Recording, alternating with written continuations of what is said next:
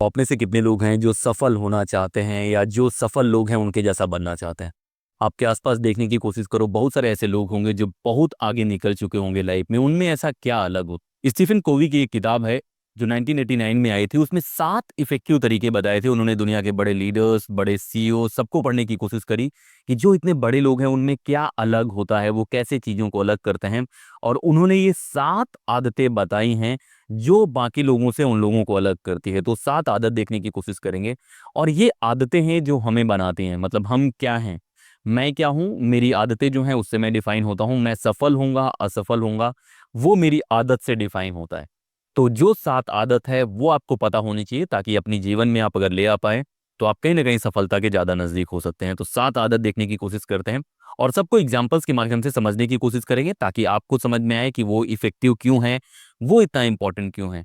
और अपने आसपास का कोई भी इंपॉर्टेंट इंसान जो आपको लगता है, प्रधानमंत्री हैं, कोई सीएम है, किसी कंपनी के मालिक हैं, उनसे कनेक्ट करने की कोशिश करना। तो पहली जो आदत आपको बनानी है वो आदत है प्रोएक्टिव होने की। अब प्रोएक्टिव होने का क्या मतलब है?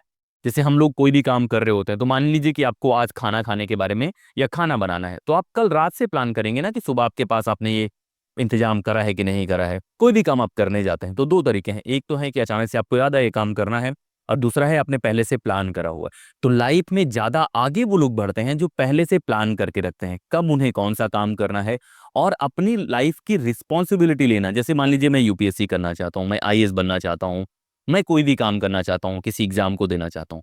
तो प्रोएक्टिव इंसान उसके बारे में प्लान करेगा, सिलेबस लेके आएगा, मटेरियल लेके आएगा, प्रीवियस ईयर क्वेश्चन पेपर लेके आएगा, कहाँ पढ़ेगा, कितना टाइम रहेगा, कैसे पैसे मैनेज होंगे, ये सारी चीजें उसके दिमाग में होंगी और प्लान करेगा। तो प्रोएक्टिव होने से क्या फायदा होता है? आप टाइम ज्यादा बेहतर यूज कर पाते हैं, रिसोर्स ज्यादा बेहतर यूज कर पाते हैं। और जो इंसान टाइम और रिसोर्स ज्यादा बेहतर यूज कर पाएगा वो अपने आप आगे निकल जाएगा। एग्जाम्पल्स भी लेने की कोशिश करें तो बहुत सारे एग्जाम्पल्स आपको मिल जाएंगे। लेकिन बहुत सारी चीजें होती हैं कि हमारे आसपास अभी होगा तो जॉब मार्केट में दिक्कत है, इकोनॉमी में दिक्कत है, ऐसी बहुत सारी चीजें हैं जो हम बोल सकते हैं। लेकिन जो लोग प्रोएक्टिव लोग होते हैं वो आपदा में अवसर निकाल लेते हैं। कुंभ का एग्जाम्पल मैं ले सकता हूँ। कुंभ में जिस तरह से चीजें हो रही थी, बहुत लोग हैं जिन्होंने बहुत पैसे बनाने की कोशिश करी, बहुत कमाई करने की कोशिश करी, उसमें भी अवसर निकाल लिए। अलग अलग वक्त में बहुत तरह की त्रासदी आती हैं, जिनके बीच में बहुत लोग जो प्रोएक्टिव लोग होते हैं वो फायदा उठा लेते हैं, क्योंकि वो पहले से प्लान करते हैं। तो इसका एक काम ये है कि आप प्री प्लान करते हैं। दूसरा है कि आपके पास ज्यादा अच्छा रिसोर्स मैनेजमेंट हो जाता है। तो रिसोर्स आप ज्यादा मैनेज करेंगे, टाइम ज्यादा बेहतर मैनेज करेंगे, आप ऑलरेडी बहुत आगे निकल जाएंगे। विराट कोहली के बारे में बातें करें, आईपीएल की टीम्स के बारे में बातें करें, सब पहले से प्लान करते हैं। अगर आपको सफल होना है तो आपके पास प्लान ए, प्लान बी, ये सब होना चाहिए। अब जो दूसरी आदत आपको डेवलप करनी है वो है कि हमेशा आपको एंड को इमेजिन करके कोई भी चीज बनाना है। कि आपको पता होना चाहिए कि आप कहाँ जाना चाहते हैं। किसी ने बहुत अच्छी बात बोली है कि अगर आपको ये नहीं पता कि आप कहाँ जा रहे हैं तो आप कितनी भी तेज दौड़ रहे हैं आप वहां नहीं पहुंचेंगे। मतलब आपको डेस्टिनेशन पता होना चाहिए। मैं बोल रहा हूँ कि मुझे एक एग्जाम की तैयारी करनी है, मैं उठाता हूँ सब पढ़ना शुरू कर देता हूँ, लेकिन वो उतना वर्क नहीं करेगा। अगर मुझे पर्टिकुलर एग्जाम पता है कि भाई मैं यूपीएससी कर रहा हूँ, स्टेट पीसीएस कर रहा हूँ, एसएससी सीजीएल कर रहा हूँ, यूपीएसआई कर रहा हूँ, वो ज़्यादा बेहतरीन प्लान होगा। तो हमेशा डेस्टिनेशन का ख्याल रखो, क्या चीज़ आप करना चाह रहे हो उसका ख्याल रखो। अगर आप पॉलिटिक्स में जाना चाहते हो उसके बारे में, अगर आप नेट जीआरएफ करना चाह रहे हो उसके बारे में, अगर आप असिस्टेंट प्रोफेसर बनना चाह रहे हो उसके बारे में। तो सारा गेम ये है कि आपको पता होना चाहिए कि आप कहाँ जाने वाले हो, नहीं तो आप कितना भी तेज दौड़ो नहीं पहुंच पाओगे। तो हमेशा जो इंड है वो इमेजिन करना है। हमेशा इंड से परेशान नहीं होना, लेकिन आपके पास वो होना तो चाहिए कि कहाँ जा रहे हो। मैं कह रहा हूँ कि मैं कहीं जाना चाहता हूँ, लेकिन मैं पर्टिकुलर जगह, अगर बनारस जाना चाहता हूँ, दिल्ली जाना चाहता हूँ, शिमला जाना चाहता हूँ, भोपाल जाना चाहता हूँ, उन लोकेशंस में जाना चाहता हूँ, तो मैं क्लियर रहूंगा कि मुझे कहाँ जाना है, कौन सी ट्रेन मिलनी है, तब मैं प्लान कर पाऊंगा। अगर मुझे पता ही नहीं कि कहाँ जाना है तो मैं फिर कैसे जाऊंगा? तो ये है कि आपको हमेशा इंड को दिमाग में रखना है और उसी हिसाब से आपको बनाना है। स्टीव जॉब्स के बारे में जैसे हम बातें करते हैं, तो उन्होंने आईफोन इमेजिन किया कि वो ऐसा प्रोडक्ट बनाना चाहते हैं जो किसी और ने ना बनाया हो, वही बना पाए, तो वो बना पाए। उसके बाद तीसरी जो आदत डेवलप करनी है वो है कि पहले काम को पहली प्रायोरिटी पे रखना है। अब ये बहुत इंपॉर्टेंट हो जाता है। हम में से बहुत लोगों का क्या होता है, उनको लगता है वो 10 काम करेंगे और हर काम को बराबर प्रायोरिटी देंगे। ऐसा नहीं होता।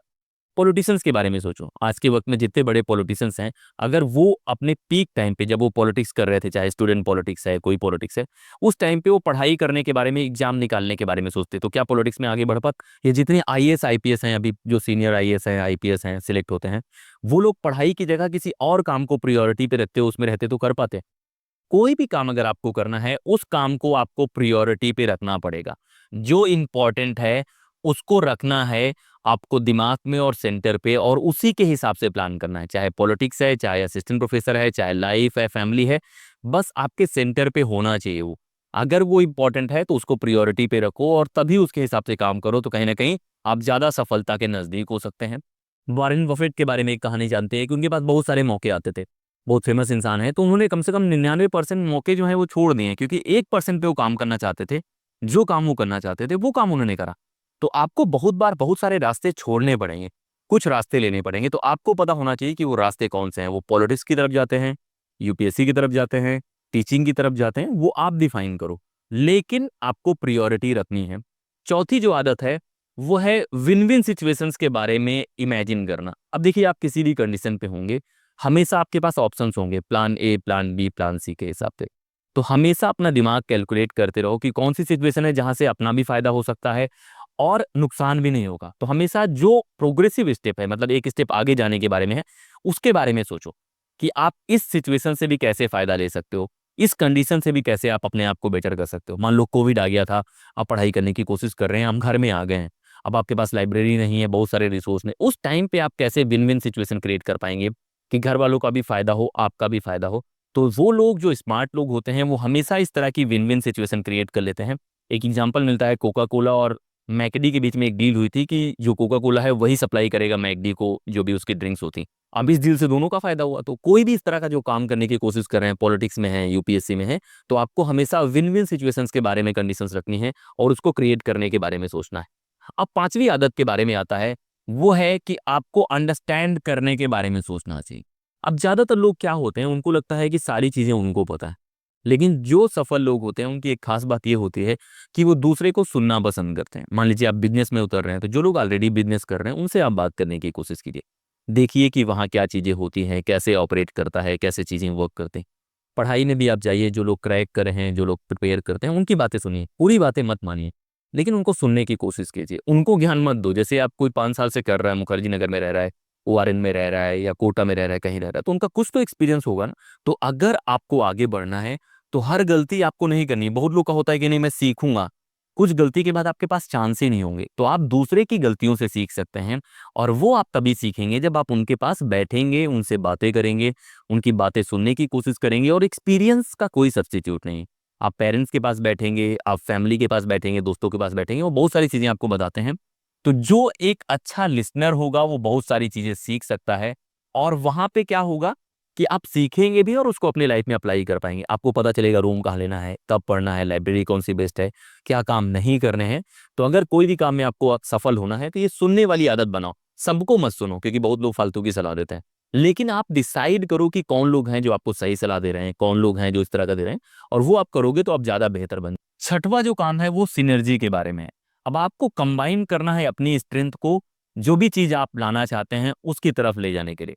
अब ये बहुत इंपॉर्टेंट हो जाता है। जैसे मान लो कि मैं अपने बारे में प्लान करूं, तो मुझे अपनी स्ट्रेंथ और वीकनेस पता है कि मैं लिखना पसंद नहीं करता हूं, मैं बोलना पसंद करता हूं। तो मैं कोई भी प्लान बनाऊंगा तो उस प्लान को मैं ज्यादा प्रायोरिटी पे रखूंगा जहां पे बोलने वाली चीज है, जहां पे बोलने वाली चीजों को वैल्यू मिलती है, जहां पे कम्युनिकेट करने वाली चीजों को वैल्यू मिलती है। मैं हैंड राइटिंग वाले पार्ट को कम रखूंगा, क्योंकि मेरी हैंड राइटिंग अच्छी नहीं। उसी तरह आपको अपनी स्ट्रेंथ पता होनी चाहिए, आप किस काम में बेहतर हैं वो पता होना चाहिए, और उसके हिसाब से आप प्लान करेंगे तो ज्यादा बेहतर कर पाएंगे। क्योंकि लॉन्ग रन में जो बोरिंग काम होता है उससे बहुत सफलता मिलती है। तो बोरिंग काम आप तभी कर पाएंगे जब उस काम को आप पसंद करते हैं। जैसे मैं बोलना पसंद करता हूँ, आप मेरे से 10 घंटे बुलवाओगे मैं बोल दूंगा। तो वो इस वजह से क्योंकि मुझे बोलना पसंद है, भले ही बोरिंग लगे कि यार ये ठीक है बार बार एक ही काम करो, लेकिन मैं वो काम करूंगा। तो आपको अपनी स्ट्रेंथ पहचाननी है, उनको मिक्स करना है और फिर आगे बढ़ने की कोशिश करना है। ये एक बहुत इंपॉर्टेंट स्किल है। उसके बाद जो है वो है कि अपने आप को आपको बहुत बेहतर टेक केयर करना है, अपने बॉडी, माइंड और स्पिरिट का ख्याल रखना है। अब बहुत लोग इस पूरे के पूरे झंझट में, पूरे के पूरे मेहनत के दौरान ये लगता है उनको कि ठीक है हमारी बॉडी इंपॉर्टेंट नहीं है, माइंड इंपॉर्टेंट नहीं है, केवल काम इंपॉर्टेंट है। ऐसा नहीं। जितने भी सफल लोग हैं उनकी एक खास बात बताता हूँ, उनका पर्सनालिटी देखना। वो लोग हेल्थ पे बहुत फोकस करते हैं, चेहरे पे ग्लो पे बहुत फोकस करते हैं, खाने पे बहुत फोकस करते हैं, अपना टाइम कहाँ स्पेंड करेंगे उन पे बहुत फोकस करते हैं। दुनिया के जो 10 पावरफुल लोग हैं उनकी लिस्ट बनाओ, उनको देखने की कोशिश करो। बिल गेट्स, जुकर्सबर्ग, जितने भी बड़े नाम आप देखेंगे सब बहुत फिट होंगे, हेल्थ पे बहुत ध्यान देते हैं, माइंड पे ध्यान देते हैं। तो ये 7 आदतें हैं जो आपको बनानी है। और 8वां जो मैं आपको बोल रहा हूँ कि ये सातों आदत जो है वो एग्जिस्ट नहीं करेगी अगर आप कंसिस्टेंट नहीं। मतलब कोई भी आदत आपने बना ली, ये वाली बना ली, ये बना ली, सातों आदत बनाओ, कोशिश करो ज़्यादातर आदतें आपके अंदर आए, लेकिन इन सबको कंसिस्टेंट तौर पे करना है। अगर आप कंसिस्टेंट नहीं है कि चलो ठीक है एक दिन ये वाली आदत करेंगे, दूसरे दिन ये वाली करेंगे, तीसरे दिन ये वाली करेंगे, ऐसे नहीं होगा। कि सातों चीज़ों को अपनी लाइफ में उतारने की कोशिश करो और धीरे-धीरे करके उतारो। ये नहीं कि एक ही दिन में सब हो जाएगा, आप 1 महीना, 2 महीना लो, उनको समझो, कॉन्सेप्ट को अप्लाई करने की कोशिश करो और आपकी लाइफ में बदलाव आएगा। क्योंकि ये वो तरीके हैं जो बहुत बार मैं इस्तेमाल करता हूँ कुछ और वो वर्क करते हैं, तो आप ये एक्सपेरिमेंट कर सकते हैं अपनी लाइफ में। और ये जो भी चीज़ें मैं बताने की कोशिश कर रहा हूँ, ये थ्योरी बेस्ड भी है और एक्सपीरियंस बेस्ड भी है। लेकिन जब भी आप इसको अप्लाई करते हैं, आप सारा दिमाग लगा के करना। हम सब की जो भी सलाह मैं देने की कोशिश करता हूँ, वो जेनेरिक सलाह होती है। आप अपनी लाइफ में जब उतारेंगे तो इस तरह के एग्जाम्पल्स के माध्यम से उसको कनेक्ट करना है, फिर उतारने की कोशिश करें। तो कल आपकी लाइफ अच्छी हो जाए तब आप क्रेडिट दे सकते हैं। लेकिन अगर आपकी लाइफ में लगे कि यार ये तो आदत बनी नहीं रही है, कुछ दिक्कत है, तो आप रिस्पॉन्सिबिलिटी लेंगे क्योंकि आप एक्सपेरिमेंट कर रहे हैं। आप क्रेडिट भी ले सकते हैं। तो ये जो 7 आदतें मैंने बताई हैं, ये सफल लोग हैं, उनकी स्टडी करने के बाद ये बताया गया है कि उनमें क्या अलग होता है बाकी लोगों से। तो अगर आपको बाकी लोगों से अलग बनना है, बाकी लोगों की लीक से थोड़ा दूर जाना है, ज़्यादा शक्तिशाली बनना है, ज़्यादा फेमस होना है, तो ये आदतें अपना लो, आप कहीं न कहीं आगे निकल जाओगे।